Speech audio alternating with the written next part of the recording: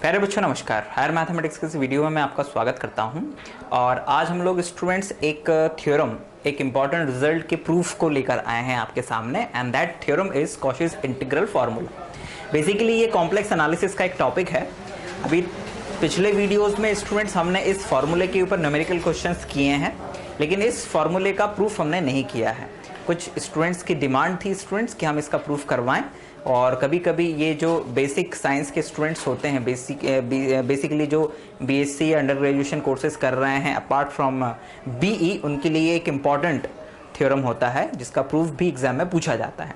तो बच्चों हम लोग फिर आज इस थ्योरम के प्रूफ के ऊपर बात करेंगे। तो सबसे पहले आइए ज़रा हम लोग इसके स्टेटमेंट के ऊपर बात करते हैं। The statement of the theorem is if fz is analytic within and on the closed curve C, if a be any point inside C, then integral of fz upon z minus a along C dz is equals to 2 pi I into fa। ये हम लोगों को proof करना है students. Cauchy's theorem जो हमने किया था उसमें कोई ऐसा पॉइंट नहीं था कर्व C के अंदर, ठीक है ना, जिस पर की फंक्शन जिसका इंटीग्रल किया जा रहा है वो एनालिटिक ना हो। जरा ध्यान से देखिए कि हमारे पास में जो क्लोज्ड कर्व है C, उस C के अंदर एक पॉइंट है A, और अगर ध्यान दें तो ये जो पूरा का पूरा फंक्शन है, ये function z is equals to a पर एनालिटिक नहीं है, और जिस पॉइंट पर वो एनालिटिक नहीं है यानी जो सिंगुलर पॉइंट है वो C के अंदर ही है। तो ये कॉशीज इंटीग्रल फार्मूला जो है ये एक ऐसा थ्योरम है जो कि एक ऐसे फंक्शन की इंटीग्रल वैल्यू आपको देता है जिसका कि एक पोल उस कर्व के अंदर है जिसके अलोंग हम फंक्शन को इंटीग्रेट कर रहे हैं स्टूडेंट्स। ये एडवांस फॉर्म है कॉशीज थ्योरम का। कॉशीज थ्योरम में उस फंक्शन को हम इंटीग्रेट कर रहे थे जो कि पूरा का पूरा एनालिटिक था फंक्शन, मतलब उस कर्व के अंदर और कर्व पर। लेकिन यहां पर एक पॉइंट ऐसा है जो कि कर्व के अंदर है और उस पर फंक्शन एनालिटिक नहीं है जिसका हम इंटीग्रल कर रहे हैं, जबकि एफजेड एनालिटिक है क्योंकि एफजेड में ऐसा कोई पॉइंट है ही नहीं। ठीक है, तो सबसे पहले स्टूडेंट्स हम लोग क्या करेंगे, हम लोग एक छोटा सा सर्कल बनाएंगे C1। ठीक, this is the circle C1 और इस सर्कल को हम लोग कुछ इस तरह से अटैच कर देंगे। ठीक, दिस वन, राइट, है ना। ये बहुत ही माइनर रेडियस का है और इसकी रेडियस कह देंगे कि the radius of this is r, right. तो स्टूडेंट्स हमने एक सर्कल प्लॉट किया, प्रूफ क्या, सबसे पहले plot a small circle C1 inside C with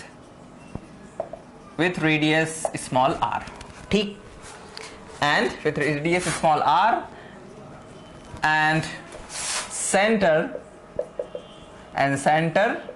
A, ठीक है स्टूडेंट्स, with center A।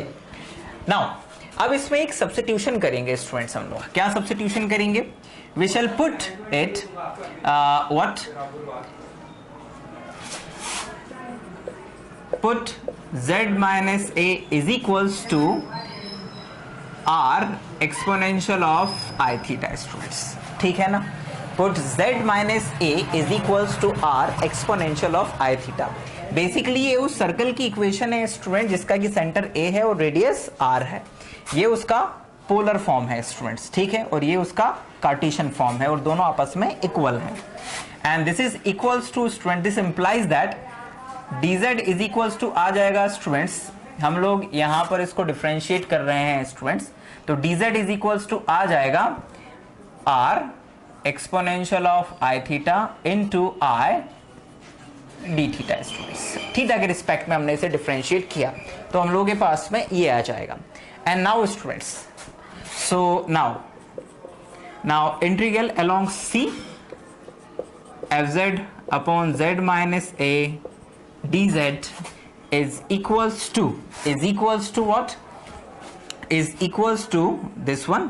अब यहां पर हम लोग सब्स्टिट्यूशन करते हैं स्टूडेंट्स, दिस इज C, तो fz, z की जगह पर हम लोग कितना लिख देंगे, z की जगह पर हम लोग लिखेंगे a plus r exponential of I theta and divide by z minus a की जगह r exponential of I theta, और dz की जगह पर r exponential of I theta into I D theta students, ठीक है ना।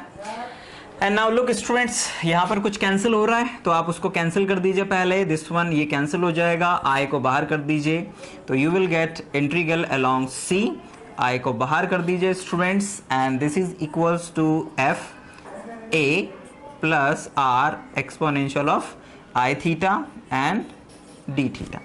एंड नाउ स्टूडेंट्स, ये जो इंटीग्रल है और ये जो फंक्शन हमारे पास में बचा हुआ है, ये जो फंक्शन है that function is analytic within this region. ये जो r है ये इस r में क्या है, एनालिटिक है, इस c1 पर एनालिटिक नहीं है। तो मतलब कि ये जो c है, c पर जो इंटीग्रल है उसको हम दो पार्ट्स में ब्रेक कर सकते हैं। कैसे ब्रेक कर सकते हैं, हम इसको ऐसे लिख सकते हैं, इंटीग्रल अलोंग r, यानी वो रीजन जो कि इस c1 और c के बीच में है, तो उस रीजन पर इस function f a r exponential of I theta D theta plus integral along c1 इसलिए क्योंकि c1 के अंदर a है और फंक्शन उसी पर ही एनालिटिक नहीं था, इसलिए हमने उसको भी अलग कर दिया, ये डी थीटा। अब जरा इसे देखिए, क्योंकि इस रीजन r में ऐसा कोई पॉइंट है ही नहीं जिसके ऊपर फंक्शन या जिस फंक्शन का हम इंटीग्रल कर रहे हैं वो फंक्शन एनालिटिक ना हो, सो दैट्स वाई ये तो पूरा का पूरा इंटीग्रल जीरो हो जाएगा बाय कॉशीज थ्योरम।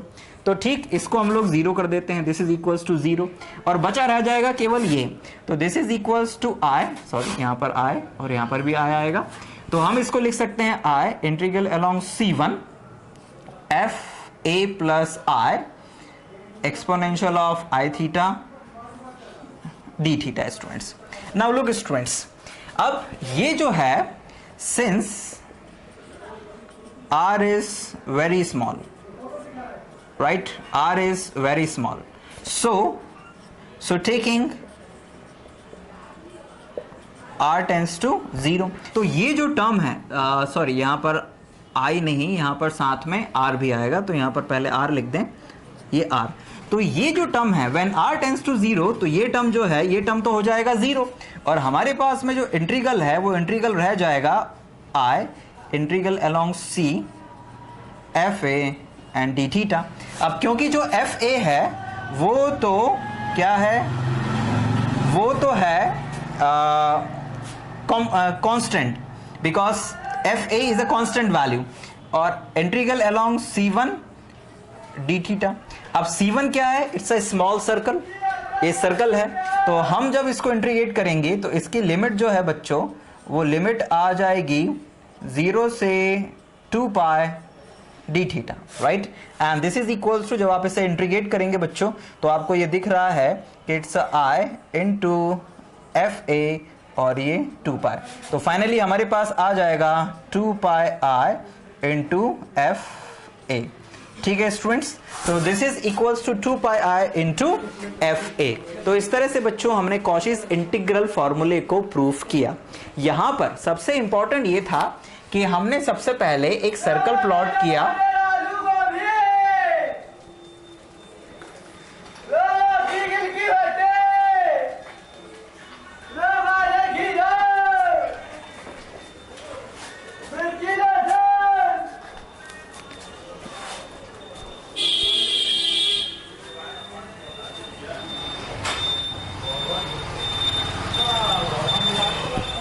तो थ्योरम को प्रूफ करने के लिए बच्चों हमने सबसे पहले एक सर्कल C1 प्लॉट किया रेडियस R और सेंटर A के साथ में, और z माइनस a को r exponential of i theta से रिप्लेस किया, तो यहां से dz is equals to r exponential of i theta i d theta के रिस्पेक्ट में डिफरेंशिएट करने पर हमारा जो इंटीग्रल था लेफ्ट हैंड साइड में, हमने उसमें ये वैल्यू सब्स्टिट्यूट कर दी, कुछ कैंसिल हो रहा था कैंसिल कर दिया और जो बचा उसको लिख दिया।